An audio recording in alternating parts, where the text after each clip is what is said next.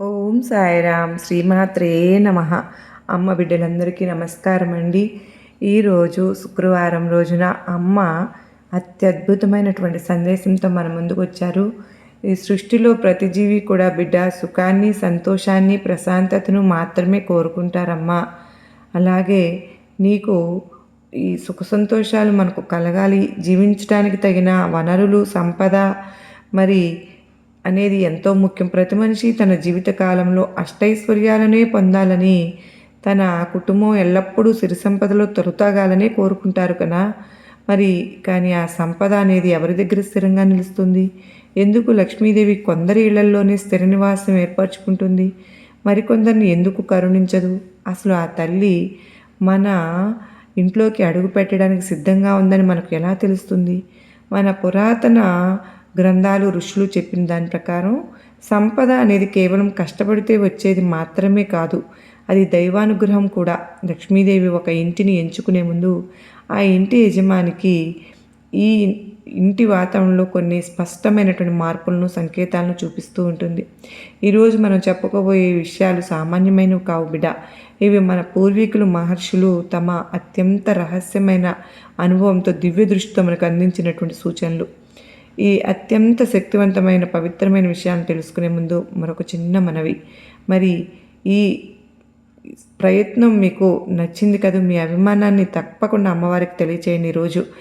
మరి ఎన్నో అద్భుతమైనటువంటి సందేశాలను మనం ఎప్పటికప్పుడు తెలుసుకోవడానికి, విషయాలు మీ ముందుకు రావడానికి తప్పకుండా సబ్స్క్రైబ్ చేసుకొని మీ ఇంటి వాతావరణాన్ని కూడా పూర్తిగా మార్చేస్తుందండి. ఖచ్చితంగా అమ్మవారికి ఒక లైక్ ఇచ్చి ఏ ఒక్క విషయాన్ని కూడా మీరు ఎక్కడ కూడా స్కిప్ చేయకుండా చూస్తేనే పూర్తి ప్రయోజనం పొందడానికి చివరి వరకు అత్యంత శ్రద్ధగా వింటే చాలు. పూర్వకాలంలో నైమిసారణ్యం అనే పవిత్రమైన అటవీ ప్రాంతంలో సోనకుడు అనే మహర్షులు సూత మహామును చుట్టుముట్టి అనేక ధర్మ సందేహాలను అడిగి తెలుసుకునేవారు. మరి ఒకానొక సమయంలో ఒక నిరుపేద బ్రాహ్మణుడు తీవ్రమైన దారిద్ర్యంలో బాధపడుతూ తన కుటుంబానికి కనీసం ఒక్క పూట కూడా భోజనం కూడా పెట్టలేని స్థితిలో ఆ అడవిలో చేరుకున్నాడు. అతని కళ్ళల్లో విషాదం, నడకలో నీరసం కొట్టొచ్చినట్లు కనిపిస్తూ ఉన్నాయి. అతను నేరుగా మహర్షుల ఆశ్రమానికి వెళ్ళాడు. అక్కడే ప్రశాంతంగా కూర్చుని ఉన్నటువంటి ఒక మహాజ్ఞానిని చూసి ఆ బ్రాహ్మణుడు సాష్టాంగ నమస్కారం చేశాడు. స్వామి, నేను ఎంత కష్టపడినా నా ఇంట దరిద్రం తాండవిస్తోంది. వచ్చిన సంపద వచ్చినట్టే చేతిలో చిల్లి గవ్వ కూడా లేకుండా మాయమైపోతుంది. ఏ మాత్రం చిల్లి గవ్వ కూడా మిగలటం లేదు. అసలు లక్ష్మీదేవి అనుగ్రహం కలగాలంటే నేను ఏం చేయాలి? ఆ తల్లి నా ఇంటికి వస్తుందనే నమ్మకం నాకు ఎలా కలుగుతుంది? అసలు ఆ తల్లి రాకను పసిగట్టడం ఎలా అని కన్నీళ్లతో ప్రశ్నించాడు. ఆ బ్రాహ్మణుడి ఆవేదన విన్న ఆ మహర్షి చిరునవ్వుతో, నాయనా శాంతించు. సంపద అనేది కేవలం ధనం మాత్రమే కాదు, అది ఒక శక్తి, అది ఒక ప్రవాహం. ఆ శక్తి నీ ఇంట్లోకి ఈరోజు రావాలి అంటే ముందు నీ ఇల్లు దానికి అనుకూలంగా మారాలిగా. ఒక రైతు విత్తనాలు నాటే ముందు ఖచ్చితంగా భూమిని ఎలాగైతే సిద్ధం చేస్తాడో, అలాగే లక్ష్మీదేవి మన ఇంట్లో అడుగుపెట్టే ముందు మన ఇల్లు, మన మనసు స్థిరంగా ఉండాలి, సిద్ధంగా ఉండాలి. ఆ తల్లి వచ్చే ముందు ప్రకృతి కొంత వాతావరణం మనకు కొన్ని సంకేతాలను పంపిస్తుంటుంది. వాటిని గమనించగలిగితే సూక్ష్మ బుద్ధి మనకు ఉండాలి అని బదులిచ్చారు. మహర్షి మాటలకు ఆ బ్రాహ్మణుడు ఆశ్చర్యపోతారు. స్వామి, ఆ సంకేతాలు ఏమిటి? అవి ఎలా ఉంటాయి? సామాన్యమైన మాకు ఎలా అర్థమవుతాయి అవి అని అడుగుతాడు. అప్పుడు ఆ మహర్షి ఇలా చెప్తాడు. నాయన, లక్ష్మీదేవి ఆగమనానికి ముందు కనిపించే 7 ప్రధానమైన సంకేతాలను, వాటి వెనుక ఉన్న పరమార్థాన్ని వివరించడం ప్రారంభించారు. ఈ సంకేతాలు కేవలం మూఢనమ్మకాలు కావు. అవి మన మనస్తత్వానికి, మన జీవనశైలికి, విశ్వంలో ఉండే తరంగాలకు, శక్తి తరంగాలకు సంబంధించినటువంటి లోతైన విజ్ఞానం. నాయన, శ్రద్ధగా వింటావు కదా. లక్ష్మీదేవి చంచల అని పిలుస్తారు. ఆ అమ్మను ఒక చోట స్థిరంగా ఉండదని అర్థం. కానీ ఆమెను అచలగా కూడా, అంటే స్థిరంగా ఉండేలాగా ఒక చోట స్థిరంగా మన చేతుల్లోనే ఉంది. అయితే లక్ష్మీదేవి రాకకు ముందు మన ఇంట్లో ఉన్నటువంటి అలక్ష్మి అంటే దరిద్ర దేవత బయటకు వెళ్ళిపోవాలి. చీకటి పోతేనే కదా వెలుగు అనేది వచ్చేది. అలాగే అశుభం తొలగితేనే శుభం జరుగుతుంది. లక్ష్మీదేవి నీ ఇంట్లో, నీ ఇంటి గడప తొక్కబోతోంది. అవసరానికి మొట్టమొదటి మార్పు నీ ఆలోచనలోనూ, నీ ఇంటి వాతావరణంలోనూ కనిపిస్తుంది. మనం తరచుగా చూస్తూ ఉంటాం. కొందరి ఇళ్లకు వెళ్ళగానే మనసు ఎంతో ప్రశాంతంగా, హాయిగా అనిపిస్తుంది. మరి కొందరికి ఇళ్ళకు వెళ్తే చాలు, అక్కడ ఎంత వైభవం ఉన్నా కూడా ఏదో తెలియని అసౌకర్యం, ఆందోళన అనేది కలుగుతుంది. అదే అసలైనటువంటి రహస్యం. లక్ష్మీదేవి ప్రవేశించే ముందు ఆ ఇంటి వాతావరణం అంతా కూడా ఒక తెలియని సానుకూల శక్తితో నిండిపోతుంది. ఇది అకస్మాత్తుగా జరిగే మార్పు కాదు, కానీ చాలా స్పష్టంగా తెలిపే మార్పు. మహర్షి ఇంకా కూడా ఇలా కొనసాగించారు. నాయన, లక్ష్మీదేవి వచ్చే ముందు కనిపించే శకునాలు కేవలం కంటికి కనిపించేవి మాత్రమే కాదు, అవి మనసుకు అనుభూతిని కలిగించేవి కూడా. ఉదాహరణకు, నీకు ఏ కారణం లేకుండానే ఉదయాన్నే చాలా ఉత్సాహంగా అనిపిస్తుంది. అలా అనిపించడంతోనే మొదలవుతుంది. గతంలో ఎప్పుడూ లేని విధంగా తెల్లవారుజాము నిద్ర లేవాలనిపించడం, అది ఎలాంటి అలసట లేకుండా లేవటం అనేది చాలా శుభప్రదమైన సంకేతం. ఎందుకో తెలుసా? ఆ సమయం దేవతా సమయం. సాధారణంగా మనిషి బద్ధకంతో, నిరాశతో, నిద్రతో లేస్తాడు. కానీ ఎప్పుడైతే నీకు రాబోయే కాలం బాగుంటుందో అప్పుడు ఆటోమేటిక్గా శరీరం, మనసు ఉదయాన్నే చురుగ్గా మారుతుంది. బ్రహ్మ ముహూర్తంలో నిద్ర లేవాలనే సంకల్పం కలగడం, ఆ సమయంలో మనసులో మంచి ఆలోచనలు రావడం అనేది లక్ష్మీదేవి నీపై దయ చూపబోతోంది అనడానికి ఒక బలమైన నాంది. ఇది నీ అంతరంగంలో జరిగే మార్పు, కానీ బాహ్యంగా కూడా కొన్ని అద్భుతమైనటువంటి పరిణామాలు జరుగుతాయి. ఆ మహర్షి బ్రాహ్మణుడికి వివరిస్తూ, ప్రకృతికి మన తలరాతకు విడదీయని బంధం ఉంటుంది. మనకు మంచి జరగబోతోంది అంటే ప్రకృతిలోని జీవులు కూడా మనకు అనుకూలంగా స్పందిస్తూ ఉంటాయి. నీకు తెలుసా, కొన్ని రకాల పక్షులు, జంతువులు మన ఇంటి ఆవరణలోకి రావడం లేదా గూడు కట్టుకోవడం అనేది లక్ష్మీదేవి రాకను సూచిస్తుంది. ఉదాహరణకు, పగటిపూట గుడ్లగూబ కనిపించటం చాలా అరుదు, కానీ అది లక్ష్మీదేవి వాహనం కదా, కనుకనే అది కనిపిస్తే శుభమని కొందరు అంటారు. అయితే అంతకంటే ముఖ్యమైనది ఏంటో తెలుసా? సందడి చేయటం. వ్యక్తులు ఎక్కడైతే పిచ్చుకలు, చిలకలు వంటి పక్షులు మన ఇంటి పరిసరాలు సందడి చేయటం, వాటిని గుర్తిస్తాయి. వాటిని భద్రతను, అక్కడే అవి నివసిస్తానికి ఉంటాయి. ఇంటి వాతావరణంలో వ్యక్తులు కిలకిల రావాలు పక్షులు చేస్తూ ఇంటి ఆవరణలో విముక్తి పొంది ప్రశాంతత వైపు మారబోతోందని అర్థం. తల్లి, అంత మాత్రమే కాదు, ప్రశాంతత ఎక్కడ ఉంటే అక్కడ సిరి సంపదలు ఖచ్చితంగా వస్తాయి. ఇది ప్రకృతి నియమం. బ్రాహ్మణుడు కుతూహలంతో, స్వామి, కేవలం పక్షులేనా, ఇంకేమైనా జీవులు మనకు సంకేతాలు చూపిస్తాయా అని అడుగుతారు. దానికి మహర్షి చిరునవ్వుతో, ఉన్నాయి నాయనా, చీమలు కూడా అలాగే మనకు భవిష్యత్తును సూచిస్తూ ఉంటాయి. ముఖ్యంగా నల్ల చీమలు గుంపులు గుంపులుగా ఒక క్రమ పద్ధతిలో బియ్యం గింజలను లేదా ఆహారాన్ని మోసుకెళ్తూ కనిపించాయనుకో, అది నీకు రాబోయే ధనలాభాన్ని సూచిస్తుందని. నల్ల చీమలు శని భగవానునికి, లక్ష్మీదేవికి కూడా ప్రీతికరమైనవిగా చెప్పుకోవాలి. అవి మీ ఇంట్లో హాని చేయకుండా సంచరిస్తుంటే నీకు కావలసినటువంటి బాకీలు తీరుతాయని, లేదా అనుకోని మార్గాల ద్వారా ద్వారం చేతికి అందబోతోందని అర్థం చేసుకోవాలి. ఇక్కడ మనం గమనించవలసినటువంటి ముఖ్యమైన విషయం ఏంటో తెలుసా? ఈ జీవులను మనం చూసినప్పుడు వాటిని లేదా పంచదార కానీ వేయడం వల్ల ఆ శుభ ఫలితం మరింత ఎక్కువవుతుంది. హింసించకూడదు, త్వరగా మనకు దక్కుతుంది. అలా మనం చేసే చిన్న దాన ధర్మాలు, జీవకారుణ్యం లక్ష్మీదేవిని మన ఇంటి వైపు ఆకర్షించే అయస్కాంతం లాంటివి. ఆ తర్వాత మహర్షి మరొక ముఖ్యమైన అంశాన్ని ప్రస్తావించారు. అదే కళలు. మనిషి నిద్రపోతూ ఉన్నప్పుడు అతనికి అంతరాత్మ విశ్వంతో అనుసంధానమై ఉంటుంది కదా. అందుకే మనకు వచ్చే కళలు భవిష్యత్తులో జరగబోయే శుభాలకు, అశుభాలకు సూచికగా నిలుస్తాయి. లక్ష్మీదేవి భవిష్యత్తులో జరగబోయాలను కటాక్షం నీపై కలుగబోతుందని అనడానికి స్వప్న శాస్త్రంలో కొన్ని స్పష్టమైన కళలను వివరించారు. నాయన, నీకు కళలు ఎప్పుడైనా తామర పువ్వులు, ఏనుగులు, ఆవులు లేదా ఏమైనా సరే పచ్చని పొలాలు వంటివి కనిపించాయనుకో, నువ్వు చాలా అదృష్టవంతుడివనే భావించాలి. ముఖ్యంగా కళలో తెల్లటి పాము కనిపించిందనుకో, లేదా అది నీకు కనిపించినట్లు, కరిచినట్లు కానీ నీకు వచ్చినట్టయితే ధనప్రాప్తిని సూచిస్తుందని అర్థం. ధనప్రాప్తిని సూచించిన శాస్త్రం చెప్తుంది. దేవాలయాన్ని సందర్శించినట్లు లేదా దైవ దర్శనం చేసుకున్నట్లు కనిపించిందనుకో, నీ కష్టాలన్నీ తీరిపోయి సుఖ సంతోషాలు రాబోతున్నాయని అర్థం. అయితే కళలు అనేవి మనకు రాబోతున్నాయని మనసు స్థితిని బట్టి కూడా వస్తూ ఉంటాయి. కేవలం కళ వచ్చినంత మాత్రం సరిపోతుందా? ఆ కళ వచ్చిన తర్వాత నీలో కలిగే భావన అనేది ముఖ్యం. నిద్ర లేచిన తర్వాత మనసులో ఒక తెలియనటువంటి మానసిక ప్రశాంతత, ఆనందం, దైవిక సంకేతం. భయం లేదా ఆందోళన ఉంటే అది కేవలం మానసికమైన ఒత్తిడైనా కావచ్చు. కనుక విచక్షణతో ఈ సంకేతాలను అర్థం చేసుకో. మహర్షి ఇలా ఇంకా కూడా లోతుగా వివరిస్తూ, ధనం రావడానికి ముందు మన సంబంధ బాంధవ్యాల్లో కూడా మార్పులు అనేవి వస్తాయి. ఇంట్లో నిత్యం గొడవలు, అరుపులు, కేకలు ఉంటే అక్కడ లక్ష్మీదేవి ఒక్క క్షణం కూడా ఉండదు, నిలబడదు అసలు. కానీ ఆ తల్లి అనుగ్రహం కలగబోయే ముందు అకస్మాత్తుగా ఇంట్లో కలహాలు తగ్గిపోతాయి. కుటుంబ సభ్యుల మధ్య ప్రేమ, అన్యోన్యత పెరుగుతుంది. భార్యాభర్తల మధ్య సఖ్యత కుదురుతుంది. ఇది చాలా సూక్ష్మమైన విషయం.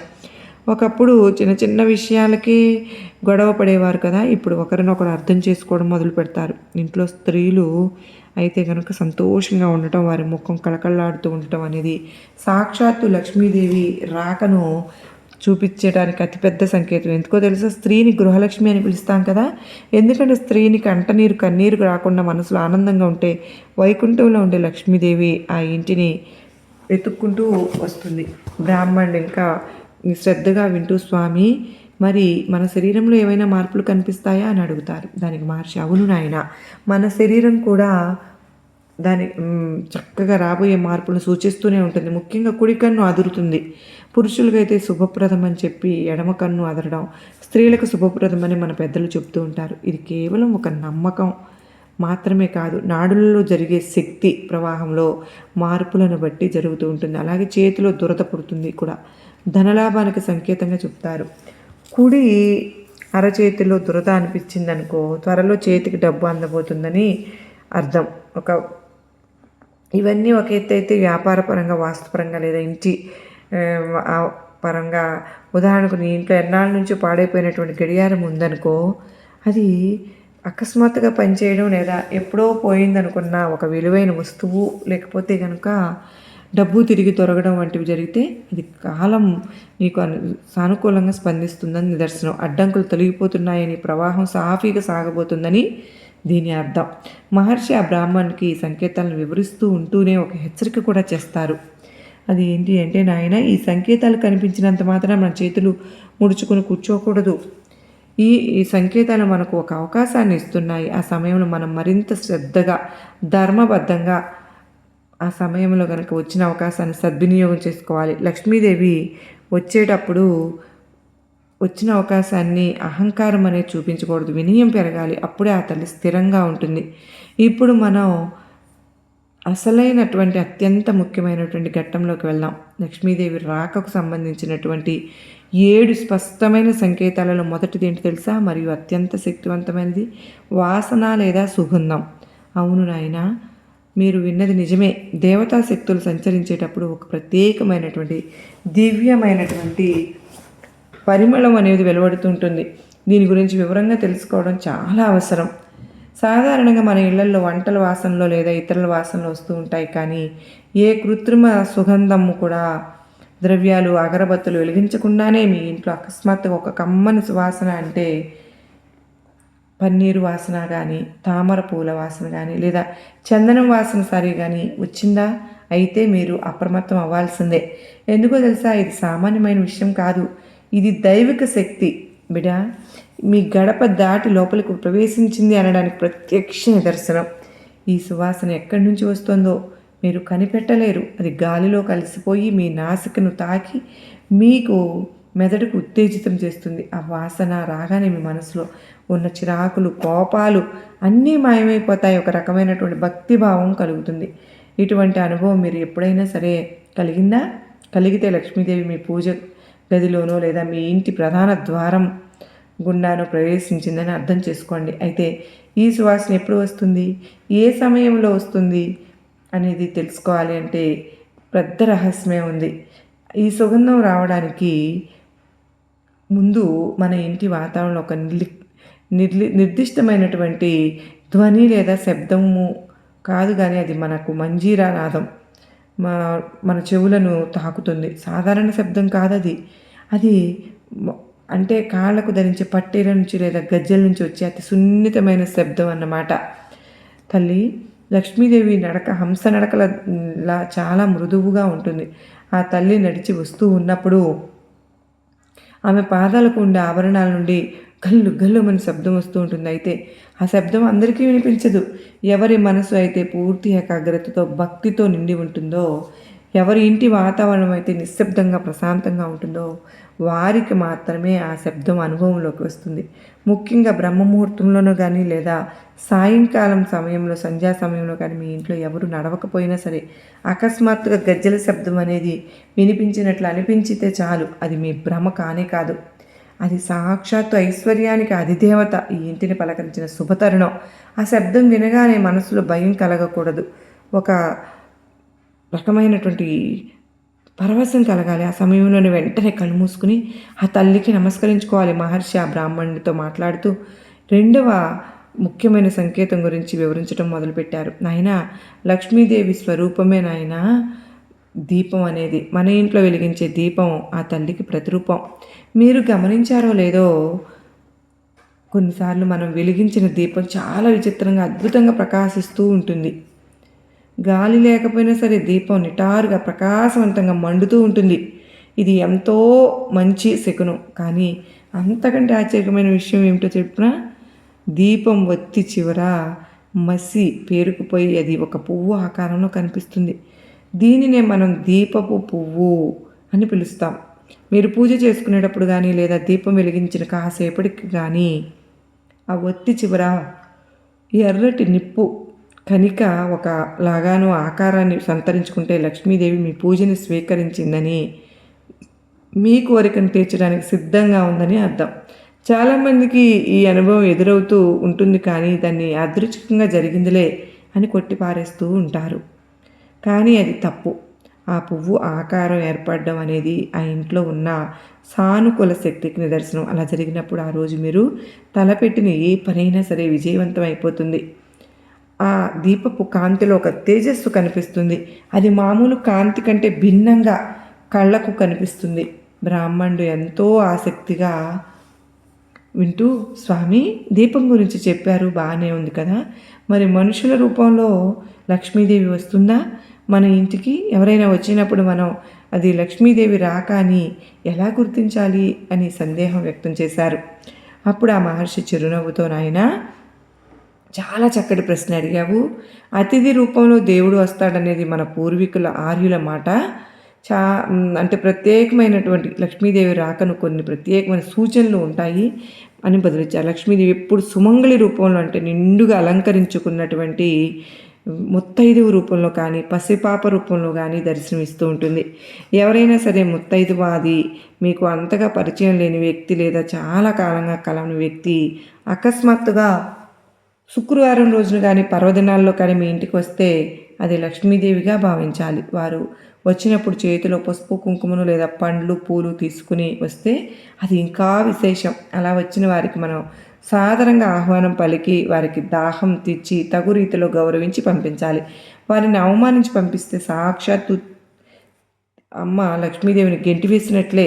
అలాగే మీ ఇంటి గుమ్మం ముందుకు గోమాత ఆవు వచ్చిందనుకో, నిలబడిందనుకో, అది అకస్మాత్తుగా వచ్చి అరిస్తే అది లక్ష్మీదేవి పిలుపుగా భావించాలి.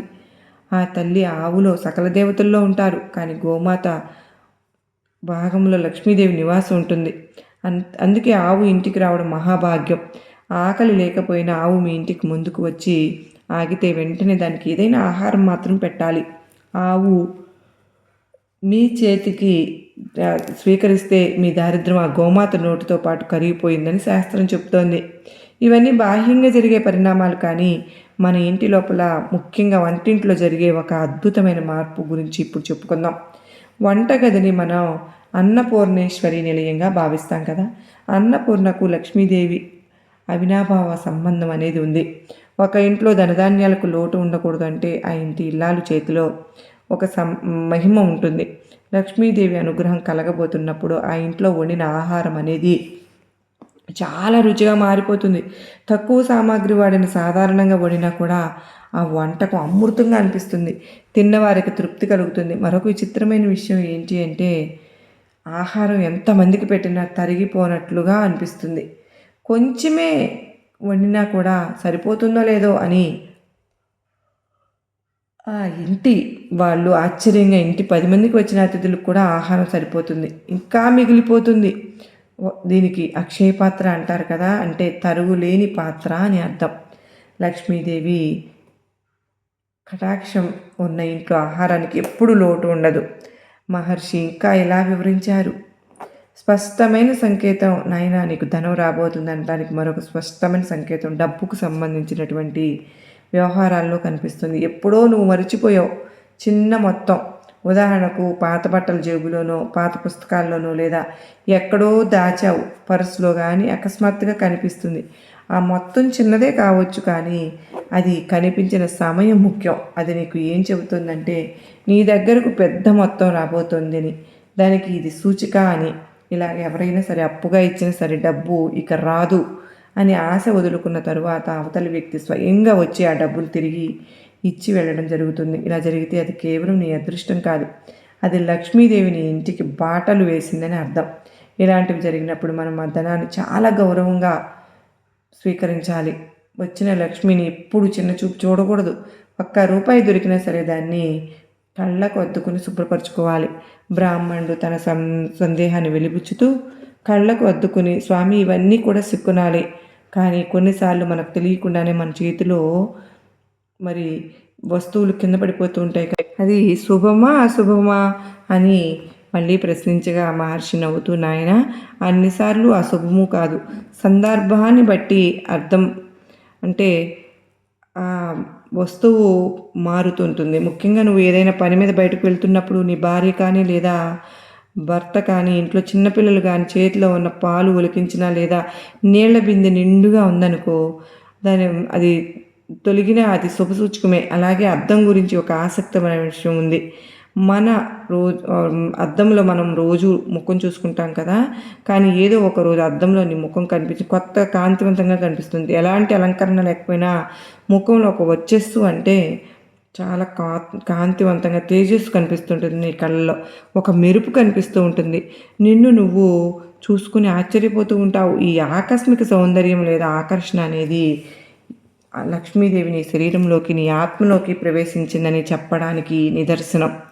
ఎవరి ముఖంలో అయితే కళ ఉంటుందో, ఎవరి మాటలో అయితే స్పష్టత మాధుర్యం ఉంటుందో అక్కడ లక్ష్మీదేవి స్థిరంగా ఉంటుంది. అంతేకాని ఎప్పుడు ఏడుపు మొహంతో ఉంటే గనక చిరాకుగా ఉండే వారి ముఖాన్ని చూడటానికే సాటి మనుషులే ఇష్టపడరు, ఇక దేవతలు ఎలా ఇష్టపడతారు చెప్పు.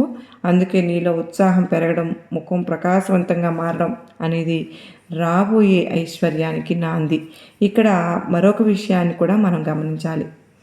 ప్రకృతితో పోరాడే పక్షులే కాకుండా జంతువులు కూడా లక్ష్మీదేవి ఆగమనానికి సంకేతాలు ఇస్తూ ఉంటాయి అని చెప్పుకున్నాం కదా. అందులో ముఖ్యమైనది ఏనుగు.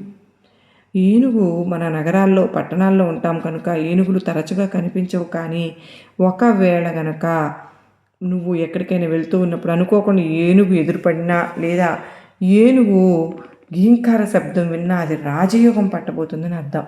ఏనుగు లక్ష్మీదేవికి ఇష్టమైన వాహనం. గజలక్ష్మి రూపంలో అమ్మవారు ఏనుగులతోనే ఉంటారు కనుక నీకు పదోన్నతిని సమాజంలో కనిపిస్తే కనుక గౌరవాన్ని, ధనాన్ని తెచ్చిపెడుతుందని అర్థం చేసుకో.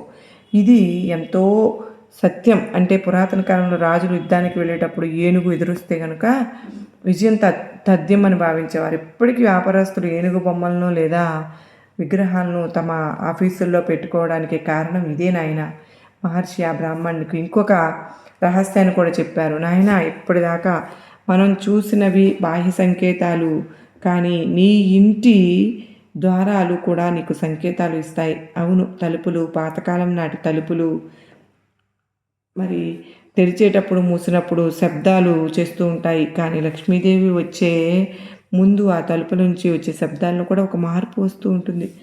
కిర్రు కిర్రుమని వినసొంపుగా లేని శబ్దాలు తగ్గిపోతాయి, లేదా ఆ శబ్దాలు మనకు చిరాకు తగ్గిపోతుంది, మరి తెప్పించవు చిరాకు. ముఖ్యంగా ఇంటి ప్రధాన ద్వారం అంటే సింహద్వారం చాలా పవిత్రమైనది నాయన.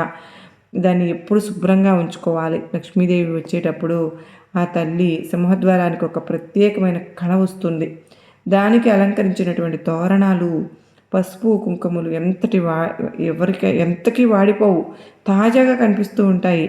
మరి పూలు, లక్ష్మీ కటాక్షం ఉన్నప్పుడు వాడిపోయే పూలు 2-3 రోజులైనా కూడా తాజాగానే ఉంటాయి, వడిలిపోవు. ప్రదేశంలో ఉన్న ప్రాణశక్తికి నిదర్శనం అమ్మ ఉన్న ప్రదేశానికి.